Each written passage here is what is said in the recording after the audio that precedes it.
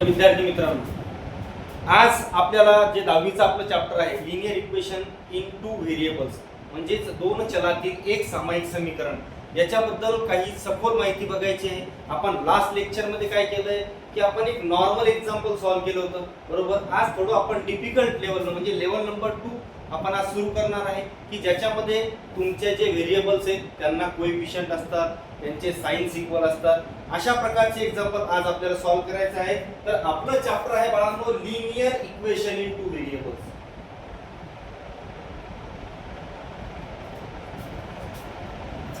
आता linear equation in two variables हे chapter आपण सुरू केलेलं आहे. याच्यामध्ये आपण जी मेथड बघत आहे बाळांनो सायमल्टेनियस मेथड बघत आहे.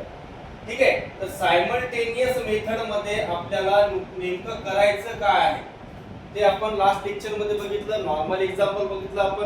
आज आपल्याला थोडंसं डिफिकल्ट लेवलचं एक्झाम्पल बघायचं. म्हणजे बाळांनो बघा, एक्झाम्पल आपल्याला या पॅटर्न मध्ये राहील. सपोज एक्झाम्पल आहे 3x + 2y = 7 आणि याच्या सोबत दुसरं एक्झाम्पल आहे आपल्याकडे 2x - 2y = 8. हे दोन एक्झाम्पल आहेत बाळांनो, इक्वेशन फर्स्ट, इक्वेशन सेकंड. आज आपण काय करणार, कोएफिशियंटचे एक्झाम्पल बघणार, अपोजिट साइनचे. ठीक आहे.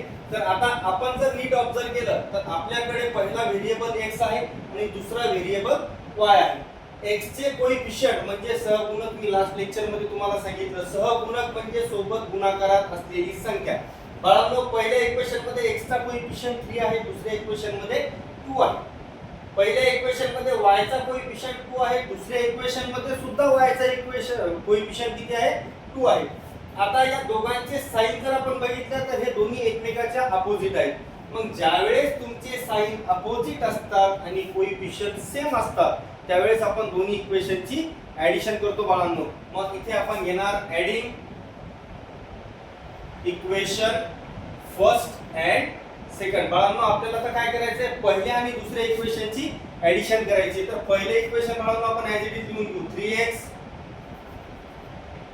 बघा पहिले इक्वेशन आहे आपलं 3x + 2y = 7. दुसरं आहे 2x - 2y = 8. बाळांनो आपल्याला या दोघांची ऍडिशन करायची. आपण जर बघितलं तर या ठिकाणी 2y चं साइन प्लस आहे, याचं साइन मायनस आहे, दोन्ही कटले. त्यानंतर इथे 3x आहे, इथे 2x आहे. 3 आणि 2 ची जर आपण ऍडिशन केली तर किती येतं, 5. त्याच्या सोबतचा व्हेरिएबल बाळांनो ऍज इट इज राहील. जशी आपण लेफ्ट हँड साइडची ऍडिशन केली त्याचप्रमाणे राइट हँड साइडची ऍडिशन करायची. 7 + 8. आता 7 + 8 किती होतं बाळांनो, 15. आता या ठिकाणी आपल्याला x ची व्हॅल्यू फाइंड आउट करायची. मग आता आपण जर बघितलं तर 5 आणि x या दोघांच्या मध्ये कुठलं साइन आहे, मल्टिप्लिकेशनचं साइन बाळांनो. मग आता हे 5 मल्टिप्लिकेशन अपोजिट साइड काय होऊन जातील, डिवायडेशनला जातील. म्हणजे x = 15/5 ही होऊन जाईल आपली कंडिशन तयार.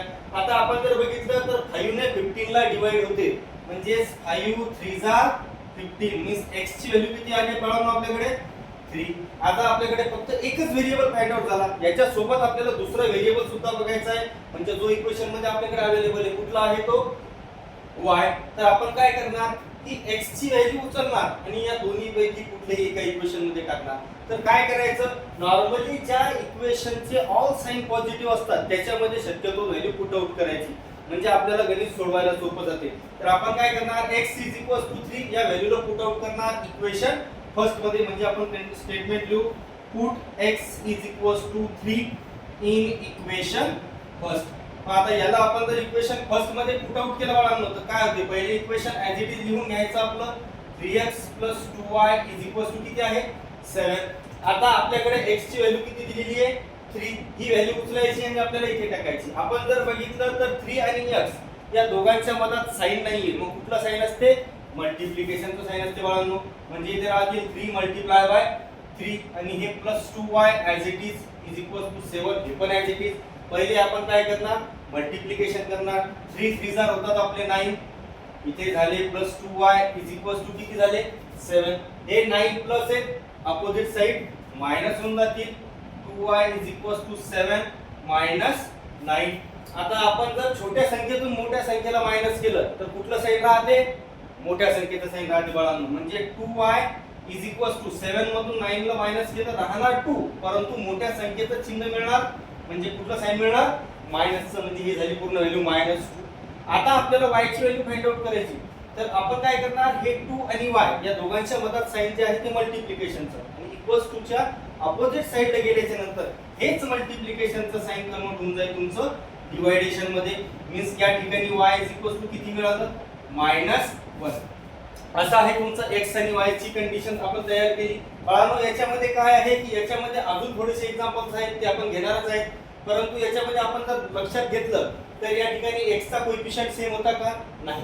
y चा कोएफिशिएंट सेम होता, मग आपण फक्त y चा विचार केला, सध्या x चा विचार केला नाही. त्यानंतर आपण चेक केले त्यांचे साइन, एकाचं साइन प्लस होतं एकाचं मायनस होतं, दोघांचे साइन एक्झॅक्टली अपोजिट होते. मग जर अपोजिट साइन असतील तर काय करायची, दोन्ही इक्वेशनची ऍडिशन करायची बाळांनो. इक्वेशन फर्स्ट आणि इक्वेशन सेकंडची आपण ऍडिशन केल्याच्या नंतर आपण दोन्ही इक्वेशन लिहून घेतले, +2y -2y कटले, बरोबर. आणि इथे 3x आहे आणि इथे 2x आहे.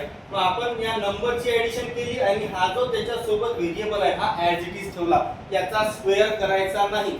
ठीक आहे, याला असंच ठेवायचं, म्हणजे 3 + 2 आयु सोबत x. तर जशी आपण लेफ्ट हँड साइडची ऍडिशन केली तशीच राइट हँड साइडची ऍडिशन करायची बाळांनो. 7 + 8 15 होतात. 5 मध्ये आणि x मध्ये साइन नाही, आयु मल्टिप्लिकेशन, अपोजिट साइड डिवायडेशन चालले गेले. x ची किंमत किती मिळाली 3. आता ही किंमत आपल्याला x ची मिळाली, परंतु आपल्याला इक्वेशन मध्ये दोन व्हेरिएबल्स होते. आपण काय करणार, ही व्हॅल्यू पुट आउट करणार इक्वेशन फर्स्ट मध्ये. आता फर्स्ट मध्ये म्हणजे तुम्ही सेकंड मध्ये करू शकता, असं काही नाही. आपण फर्स्ट मध्ये पुट आउट केली, मग x 3 इक्वेशन मध्ये पुट केल्याच्या नंतर इक्वेशन लिहून घ्यायचं. 3x + 2y = 7. 3 × 3 + 2y = 7. पहिले मल्टिप्लिकेशन केलं आपण, 3 × 3 किती होतात 9 + 2y = किती झाले 7. हे 9 प्लस आहेत बाळांनो, अपोजिट साइड गेल्याच्या नंतर काय होऊन जातील मायनस. आता या ठिकाणी कंडिशन जर बघितली तर छोट्या संख्येतून मोठ्या संख्येला मायनस करायचं. पण छोट्या संख्येतून मोठ्या संख्येला मायनस करता वेळेस साइन मोठ्या संख्येचं द्यायचं. मग आता इथून आपण 7 मधून 9 ला मायनस केलं, 2 तर लिहिले परंतु मोठ्या संख्येचा साइन दिला म्हणजे काय झाले -2.